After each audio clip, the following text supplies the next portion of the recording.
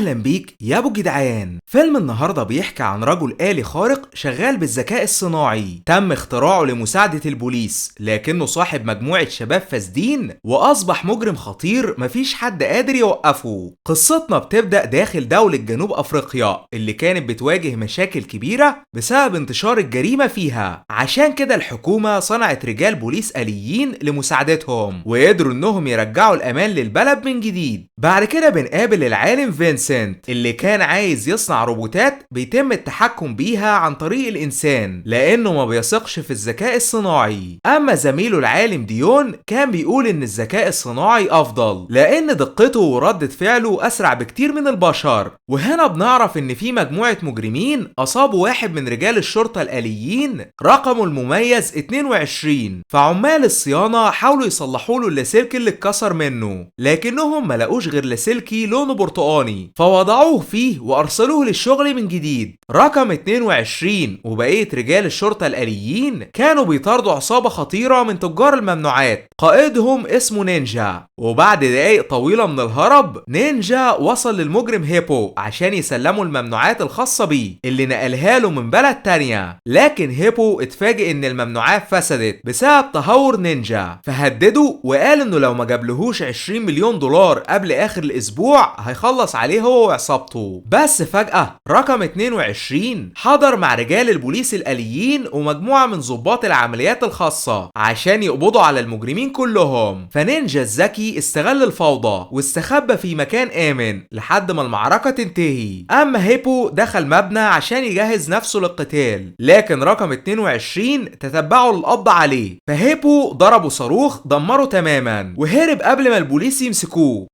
بعد كده بتنتقل بينا الأحداث لمكتب الشركة اللي بتصنع الرجال الآليين، وبنكتشف إن الجميع حيوا العالم ديون لأنه هو اللي برمج روبوتات البوليس، بس العالم فينسنت كان حاسس بالغيرة منه. وهنا ميشيل مديرة الشركة قالت لفينسنت يركز على شغله لأنها ممكن تطرده بسبب إنه مخترعش حاجة مفيدة بقاله فترة كبيرة. أما ديون راح لمركز الصيانة عشان يطمن على رقم 22 وحس بالحزن لأنه اتدمر تماما من صاروخ هيبو وهيضطروا يطحنوه مع الخردة. في الوقت ده بنكتشف ان نينجا رجع مخبأه مع اتباعه، لكن هيبو اتصل عليه وقال انه لو ما جابش ال20 مليون دولار حق الممنوعات اللي افسدهم هيخلص عليه هو وعصابته. فنينجا اتجنن لانه مش عارف هيجيب المبلغ ده ازاي، بس مساعدته يولاندي جات لها فكرة ذكية وقالت انهم لو عرفوا مين مخترع رجال البوليس الآليين ممكن يخطفوه عشان يجبروه يعطل كل الروبوتات، وبكده هيقدروا يسرقوا البنوك براحتهم وهيجيبوا ال20 مليون دولار لهيبو. وهنا بنعرف ان العالم ديون كان شغال في السر على تطوير نظام ذكاء صناعي جديد ممكن يخلي رجال البوليس الآليين يفكروا زي البشر الحقيقيين بالظبط. وبعد ما انهى النظام اخيرا فرح بشدة وانطلق لميشيل مديرة الشركة عشان يعرفها بانجازه، لكنها قالت انهم عايزين الآليين للحرب فقط مش مهم ذكائهم، وطلبت من ديون يتخلص من نظام الذكاء الصناعي الجديد اللي برمجه. فديون حزن بشدة من كلامها لكنه رفض الاستسلام وقرر يجيب الرجل الآلي رقم 22 قبل ما يطحن مع الخردة. حتى العالم فينسنت حس انه بيعمل حاجة غريبة فراقبه في صمت، وبالفعل بعد ساعات بسيطة ديون اخد الرجل الآلي رقم 22 بشاحنته عشان يزرع الذكاء الصناعي الجديد فيه، لكنه اتفاجئ ان نينجا وعصابته هجموا عليه عشان يخطفوه قبل ما يوصل بيته. اما فينسنت كان بيقدم الرجل الآلي الخاص بيه اللي بيتحرك عن طريق تحكم البشر، لكن رئيس مركز الشرطة هزقه وقال ان الرجال الآليين اللي ديون بيخترعهم افضل بكتير لانهم بيشتغلوا بالذكاء الصناعي ومش محتاجين تحكم بشر. ففينسنت انفجر من الغضب وقرر انه لازم يثبت لميشيل مديرة الشركة انه عالم افضل من ديون مهما كان الثمن. بالوقت ده ديون فاق داخل مخبأ عصابة المجرمين، ونينجا قال له يوقف كل رجال البوليس الآليين بالمدينة وإلا هيقتله، لكن ديون قال إن مفتاح إيقاف الآليين موجود مع ميشيل مديرة الشركة، فنينجا قرر يقتله لأنه مش هيفيده. بس فجأة هولمز مساعده لاحظ الآلي رقم 22 داخل الشاحنة واقترح إنهم يجبروا ديون يشغل الرجل الآلي لمساعدتهم في السرقة. طبعا ديون رفض طلبهم لكنه وافق غصبا عنه والا هيموت. بعد كده قرر يوضع نظام الذكاء الصناعي الجديد اللي اخترعه داخل الآلي رقم 22. بس الحاجة الغريبة ان اول ما الرجل الآلي اشتغل حاول يستخبى، فديون قال ان نظام الذكاء الصناعي بيتصرف زي البشر بالظبط، معنى كده انهم لازم يتعاملوا مع الرجل الآلي كأنه طفل ويعلموه كل حاجة من البداية. فيولاندي قالت لنينجا يمشي بعيد لانه بيخوف رقم 22. بعد كده نادته بلطافة لحد ما تجاوب معاها، حتى ديون فرح بشدة واتفاجئ ان الرجل الآلي بيتعلم بسرعة بسبب ذكائه الرهيب. فيولاندي قررت تسمي رقم 22 باسم شابي، وقالت انها هتربيه زي ابنها بالظبط لحد ما يتعلم يبقى مجرم لمساعدتهم في السرقة. طبعا ديون رفض وكان عايز يرجع الرجل الآلي شابي لشركته، لكن نينجا هدده بالسلاح وطرده من المخبأ غصبا عنه. اما فينسنت كان بيقفل مختبر الشركة وبالصدفة لاحظ ان الرجل الآلي رقم 22 اتسرق من المخزن، فعرف ان ديون هو اللي اخده وقرر يكشف هو عمل كده ليه. وهنا بنعرف ان رقم 22 الملقب بشابي اتحرك داخل مخبأ عصابة المجرمين بفضول كبير عشان يتعلم زي الطفل الصغير بالظبط، ده غير انه قعد يتفرج على الكرتون. لكن فجأة نينجا ظهر وبدأ يدربه على استخدام السلاح لانه عايزه يبقى مجرم زيه لمساعدته في السرقة. بس يولاندي وقفته وقالت ان شابي بيفكر زي الاطفال الصغيرين. اما فينسنت قابل ديون في مكتب الشركة عشان يتكلم معاها على انفراد، بعد كده هدده بالسلاح وقال انه يعرف انه سرق الرجل الآلي رقم 22 وهيبلغ المديرة ميشيل لو ما رجعوش المخزن من جديد. فديون حس بالخوف لانه ممكن يخسر شغله لو ميشيل عرفت اللي عمله، وانطلق لمخبأ العصابة من اجل ترجيع شابي. اما فينسنت تتبعه في السر عشان يعرف هو رايح فين. بالوقت ده يولاندي وصديقها هولمز علموا شابي ازاي يتكلم بطريقة مجرمين العصابات لانهم عايزينه يبقى فاسد زيهم. حتى لما ديون حضر المخبأ اتفاجئ لان شابي شتمه واتكلم بدون احترام، فزعق له وقال له يبعد عن الجريمة ويكون رجل آلي طيب. بعد كده اعطاه بعض الالعاب مع كتب للاطفال عشان يعلموا القراية والكتابة، ده غير انه دربه على الرسم وقال لشابي انه يقدر يعمل اي حاجة يحبها زي البشر الحقيقيين بالظبط. لكن طول الوقت فينسنت كان بيراقبه بدون ما يلاحظ وما صدقش عينيه لما شاف الرجل الآلي رقم 22 بيتكلم كأنه انسان، وانطلق عشان يبلغ المديرة ميشيل. اما ديون ويولاندي اتصدموا من موهبة شابي الرائعة في الرسم، لكن فجأة نينجا حضر وكان متعصب بشدة لانه عايز شابي يبقى مجرم زيه، ده غير انه طرد ديون من مخبأه للمرة التانية. بعد كده قال ليولاندي انه هياخد شابي في جولة مع مساعده هولمز عشان يعلمه الاجرام، وفي النهاية سابه لوحده بمكان مهجور مع مجموعة شباب فاسدين. فالشباب هجموا على شابي بشراسة لانه واحد من روبوتات البوليس. اما شابي اترعب بشدة لانه ما كانش عارف بيهاجموه ليه وجري وسط الشوارع من الخوف لحد ما وصل محطة قطر مهجورة عشان يستريح. بس المشكلة ان فينسنت بلغ ميشيل باللي شافه واحضر 2 من ضباط العمليات الخاصة معاه. بعد كده افقد شابي الوعي باستخدام سلاح مغناطيسي متطور، واول ما شابي فاق اتفاجئ ان فينسنت بيفحصه عشان يعرف اسراره، ده غير انه فصل دراعه الشمال لما حاول يقاوم واخد شريحة الذكاء الصناعي الخاصة بيه. لكن الحاجة الغريبة ان شابي كان لسه فايق بسبب ان الذكاء الصناعي اندمج مع ذاكرته وقدر يهرب من الشاحنة، ففينسنت تجاهله لانه حصل على الشريحة.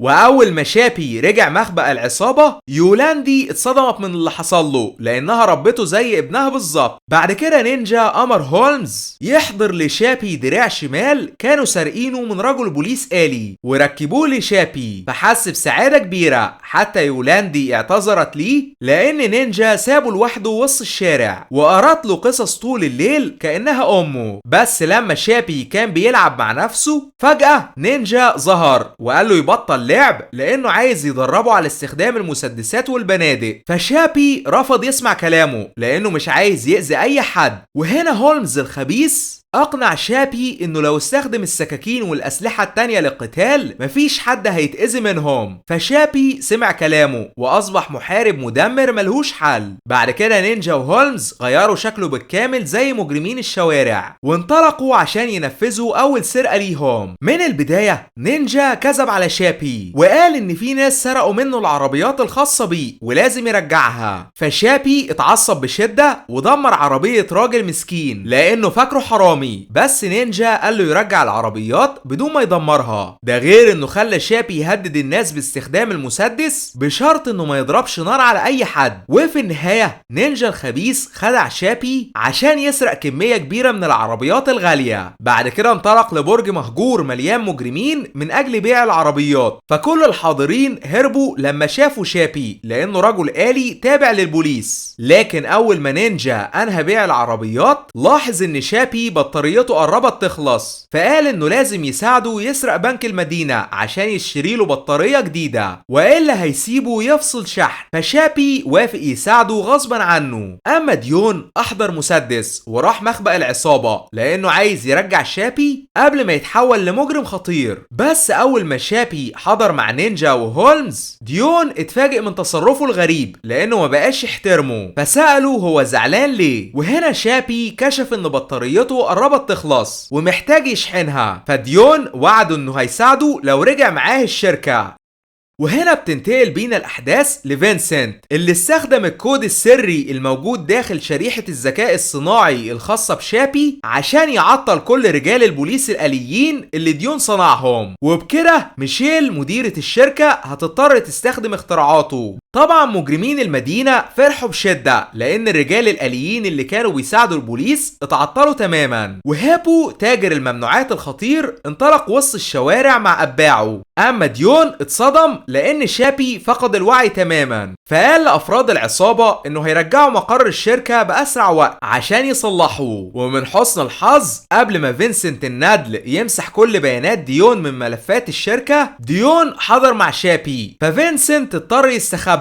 وبعد دقايق بسيطة ديون حمل نظام شابي من جديد عشان يفوقه بأعجوبة. أول ما شابي رجع لوعيه اتفاجئ من مخزن الشركة لأن ده المكان اللي اتصنع فيه، وبالصدفة شاف الرجل الآلي العملاق اللي فينسنت اخترعه والخوذة اللي بتسيطر عليه. بعد كده لمح رجل آلي يشبهه وطلب من ديون ينقل بطاريته ليه، لكن ديون رفض لأنه لو نقل البطارية بشكل عادي ممكن يمسح ذكاء شابي الصناعي المتميز، فشابي اتخانق معاه بسبب انه فاكره بيكذب عليه واخد الخوذة اللي بتتحكم في رجل فينسنت الآلي عشان يهرب لأنه عايز يستخدمها لنقل ذكائه الصناعي داخل جسم رجل آلي جديد قبل ما بطاريته تخلص. واول ما رجع مخبأ العصابة يولاندي اتعجبت بسبب الخوذة اللي احضرها معاه، فشابي قال ان الخوذة دي هي اللي هتساعده يعيش بعد ما بطاريته تخلص لانه هيقدر ينقل عقله لجسم جديد. وبعد ايام طويلة من البرمجة شابي اكتشف ازاي هينقل ذكائه الصناعي داخل روبوت تاني، لكنه كان محتاج مبلغ مالي ضخم عشان يشتري الروبوت، فقرر انه يروح مع نينجا ويولاندي وهولمز لسرقة بنك المدينة. أما ديون اكتشف بالصدفة لما كان شغال على جهازه إن فينسنت هو اللي قفل كل رجال البوليس الآليين عشان يبوظ سمعته، فراح للخناق معاه، لكنه شاف على الأخبار إن شابي بيساعد أفراد عصابة نينجا يسرقوا فلوس من شاحنة تابعة لبنك المدينة، فانطلق عشان يوقفهم عند حدهم. أما فينسنت الندل استغل الفرصة وقال لميشيل إن رجل البوليس الآلي اللي بيساعد المجرمين بيعمل كده بسبب إن ديون زرع داخله ذكائه الصناعي الجديد بدون إذن، فميشيل أعطى فينسنت تصريح يستخدم رجل الآلي العملاق للقضاء على شابي تماما لأنه هيبوظ سمعة الشركة. وأول ما ديون عرف إن فينسنت هينطلق للقضاء على شابي أحضر بعض الأسلحة التقيلة معاه وراح عشان يدافع عنه. أما نينجا كان فرحان بسبب الفلوس اللي كسبها من السرقة، لكن أول ما شابي عرف إنه مش هيشتري له جسم جديد انقلب عليه ونزل فيه ضرب بدون بدون رحمة. حتى يولاندي وديون حضروا عشان يوقفوه قبل ما يقتلوا. فشابي اتعصب بشدة وقال ان كل البشر كذابين، لكن ديون هداه بصعوبة وعرفه ان فينسنت بيتحكم في رجل آلي عملاق وهيحضر لقتله. بعد كده اعطاه الاسلحة التقيلة عشان يدافع عن نفسه. فشابي رفض لانه مش عايز يأذي اي حد. بس فجأة تاجر الممنوعات هيبو حضر مع اتباعه عشان ياخد ال20 مليون دولار الخاصين بيه. فنينجا رفض يسمع كلامه وبدأ القتال معاه لحد ما المكان انقلب لفوضى بسبب ضرب النار. وهنا فينسنت حضر بالرجل الآلي العملاق وبدأ يطلق صواريخ في كل حتة زي المجنون عشان يقضي على الجميع. ده غير انه قتل هولمز بدم بارد ودمر عصابة هيبو بالكامل وسط ما كان بيضحك زي المجنون. واول ما قرب يخلص على ديون المسكين بدون ذنب، شابي ظهر على اخر لحظة وبدأ القتال ضده باستخدام الاسلحة اللي ديون اعطاها ليه. ده غير انه زرع قنبلة في جسم الرجل الآلي العملاق، لكنه قبل ما يضغط على زرار تفجيرها فينسنت ضرب عليه نار عشان يوقفه وحاول يقتل افراد عصابة نينجا. فشابي انطلق لحماية يولاندي لانه بيعتبرها امه. وهنا بنعرف ان هيبو تاجر الممنوعات لسه عايش وقرر يسرق شاحنة ديون عشان يهرب من المكان. فنينجا القاتل معاه، بس للاسف هيبو اصابه في رجله وضرب ديون بالنار في بطنه لحد ما نينجا وقعه بالارض وخلص عليه في النهاية. فشابي وضع ديون في الشاحنة وحاول يهرب بيه لبر الامان مع نينجا ويولاندي، لكن فينسنت فضل وراهم لحد ما قرب يقتلهم كلهم. وهنا نينجا قرر انه يضحي بنفسه عشان يشتت تركيز الرجل الآلي الخاص بفينسنت لحد ما اصدقائه يهربوا. بس يولاندي هجم فينسنت عشان تنقذ نينجا، ففينسنت الندل قتلها في ثواني بدم بارد. طبعا اول ما شابي شاف يولاندي بتموت قدام عينيه اتعصب بشدة وانطلق عشان يضغط زرار تفجير القنبلة الموجودة برجل فينسنت الآلي لحد ما دمره تماما. اما نينجا حزن بشدة على يولاندي لانها صديقته العزيزة. وهنا شابي راح عشان ينتقم من فينسنت بسبب اللي عمله. واول ما وصل مقر الشركة مع ديون،